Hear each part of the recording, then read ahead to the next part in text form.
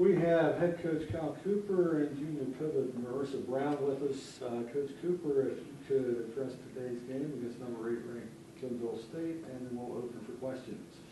Yeah, I mean, first of all, hats off to them. I mean, they are really good.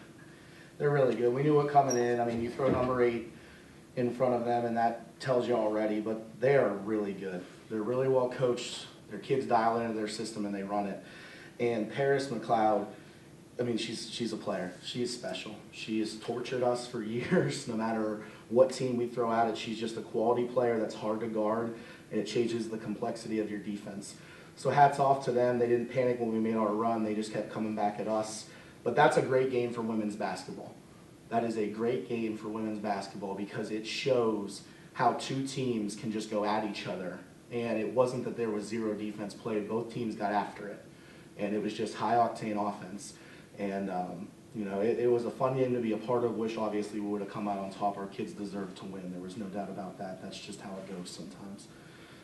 Do want to say that I thought second half to first half, second half, we just had it more. Like, we were more dialed into the game plan, and it was reflected in how we played in the second half. You outscore them by, I think it ended up being 12. You know, that's a much better production. In the first half, we just did too many things you can't do against Glenville style. You can't turn it over out front. You can't give up O boards. Those things start to take a toll on you, and that did in the first half. But a credit to our players and the strides that our program's taken this year. There was zero quit in us, and we came back at them, and we came at them hard and had our chances. Okay? And lastly, hats off. It was a team game. There's no doubt about it. But once again, you know, we had the two best players probably in the league playing against each other tonight, and both were spectacular. And you look at what Marissa Brown did today, 43 points, 25 rebounds. And my guess is going to be, because Paris had an awesome week too, she'll probably be runner-up if there was a voting ballot for this week for Player of the Week. But that's two incredible players and the two best players in our league, hands down. So hats off to Marissa. I'm proud of her. Coach, were there any halftime adjustments there? I mean, 15-point deficit at the half. What would you guys talk about at halftime? We just talked about getting back to playing our brand of basketball, and that's protecting each other against a team like this. There was too many times in the half court, once we broke the pressure, that they're trying to get that initial trap across half because they couldn't get it in the backcourt against us. So then we had to attack them a different way. Sorry, they had to attack us in a different way, and they did that. They started trapping the initial pass, or if Audrey just came across the court. We had too many people hiding too far away from the basketball, so we made the adjustment to flash that player, which then overloaded the side. If they wanted to hard deny reversals, that gave us that out. And that did open up some things. Their pressure did not hurt us in the second half as much. Other than that, the only adjustment we told them is get back to playing West Liberty basketball. Make the extra pass, keep them off the glass, continue to stay in attack mode, but just make simple plays. And we did a better job of that. Our players responded, and I'm proud of them for it. Yeah, I don't know what the breakdown is from one half to the next, but 28 assists on 42 field goals is pretty good. Yeah. That's, well, of course, if you got a kid that's finishing 20 of those at the rim, yeah, that helps. I've said it before, and I'll say it again. You know, I'm a first-year coach. I think we have progressed. I think our team's doing a lot of things well, but Marissa Brown and our players make me look good when they play team basketball and they share the ball like we did today. They absolutely make me look good. It is them. It's not me. It's not our staff. We just try to give them the tools. They're the ones doing it. They make us look good.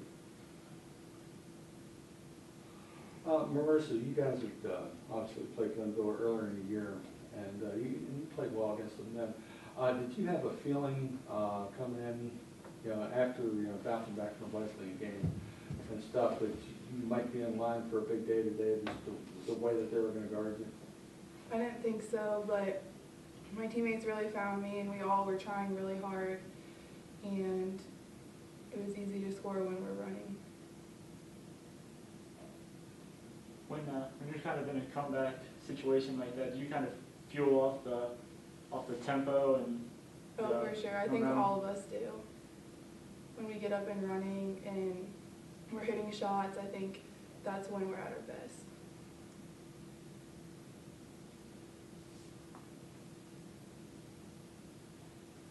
Coach, probably going back in the first half, look at the turnovers. I mean, what were they on defense that kind of gave you guys some struggles? They were beating Glenville. I mean, that's their system. They were doing a great job of staying with plays. The second we started to get progress and advance the ball off the dribble, they do what they do. They send a kid at you, and so now you're moving all your momentum one direction, and it's hard to throw back across your body. They know that. That's why they do it. I just thought we were very, and again, this isn't a discredit to them. I mean, they played unbelievable, lights out basketball. But I did think that we were very, very passive with opening the angles up. So then now it's a direct line pass you're trying to throw through people versus opening an angle up, and now you can throw outside or over top the defense.